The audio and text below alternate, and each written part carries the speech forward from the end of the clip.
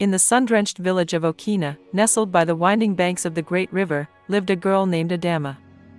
Unlike the other children, whose laughter echoed freely through the dusty paths, Adamma carried a quiet sadness in her eyes. Her hands, though small, were rarely still, constantly weaving intricate patterns from dried reeds and river grass.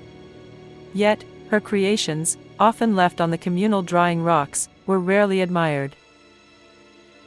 Adamma was born with a birthmark that stretched across half of her face, a deep, swirling patch of crimson that the villagers whispered was a sign of ill omen.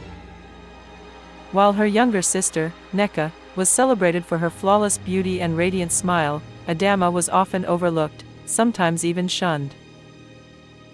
Her mother, a practical woman burdened by the village's superstitions, treated Adamma with a distant politeness, always urging her to stay out of sight, especially when visitors arrived. Such beauty as Neka's should not be overshadowed, her mother would often sigh, adjusting Neka's vibrant head wrap. Adamma, though hurt, never complained, finding solace in the rhythmic dance of her fingers as she wove, each knot a silent prayer, each thread a hidden hope. Her only escape was the secluded clearing by the ancient Irako tree, where the wind seemed to whisper secrets only she could hear. There, she would weave tales into her baskets, stories of brave warriors, wise elders, and magical creatures, all inspired by the rustling leaves and the flowing river. She never showed these special weaves to anyone, fearing ridicule, but they were her most cherished companions. One scorching dry season, a strange blight fell upon Okina. The river, usually teeming with fish, became barren, and the crops withered in the fields. Fear gripped the village. The chief priest, a man named Ease, consulted the spirits, and his pronouncements brought further despair. The spirits are displeased. A grave injustice has been committed, and only a pure heart, unblemished by worldly desires, can appease them. The one chosen will hear the voice of the great river and weave its song into an offering. Panic spread. The villagers, desperate, began to suspect each other. Neka, always popular, grew nervous, fearing the accusations. Adamma, meanwhile, felt an unfamiliar stir within her. The whispering wind seemed to intensify, carrying a faint melody from the direction of the river, a melody that resonated deep within her soul. Driven by an instinct she couldn't explain, Adamma slipped away to the riverbank. The river, though low, hummed a tune she recognized from her dreams, a song of sorrow and forgotten beauty. She began to weave, her fingers moving with an unprecedented speed and grace, creating a basket unlike any she had ever made. It pulsed with the colors of the river stones, the green of the riverbed, and the deep blue of the water at dusk.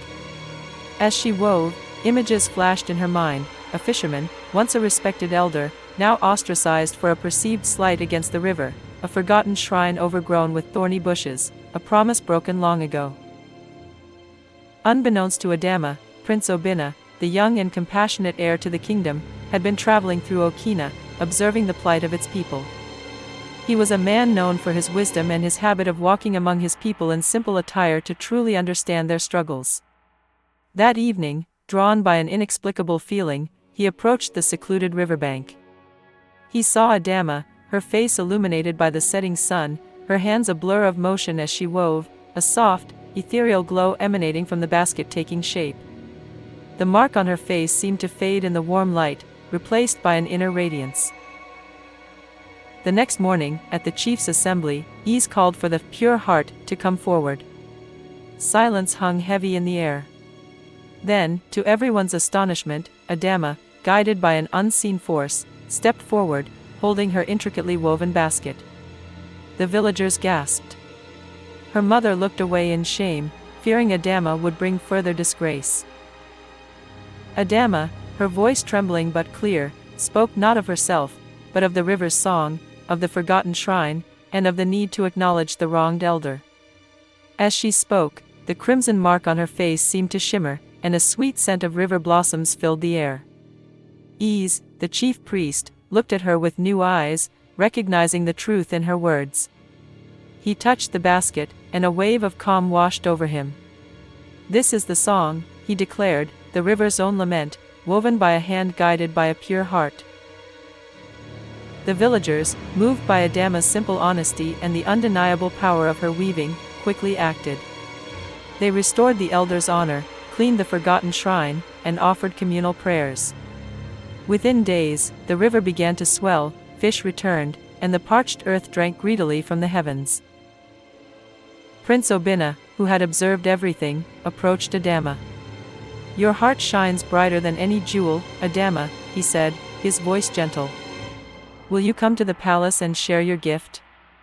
My people need the wisdom of hands that can weave the truth." Adamma, for the first time in her life, felt truly seen. Her mother, humbled and tearful, begged for forgiveness, as did Neka, who confessed her jealousy and asked for reconciliation. Adamma, her heart full, embraced them, understanding that forgiveness was a stronger thread than resentment. Adamma went to the palace, not as a servant, but as an advisor, her unique baskets becoming symbols of truth and harmony. She continued to weave, each piece telling a story, reminding everyone that true beauty lies not in outward appearance, but in the strength of character, the purity of heart, and the ability to listen to the whispering wind of wisdom. And in time, Prince Obinna, who had seen her true self from the beginning, asked her to be his queen, and she ruled with compassion and wisdom, her life a testament to the power of a pure heart and the magic of a quiet craft.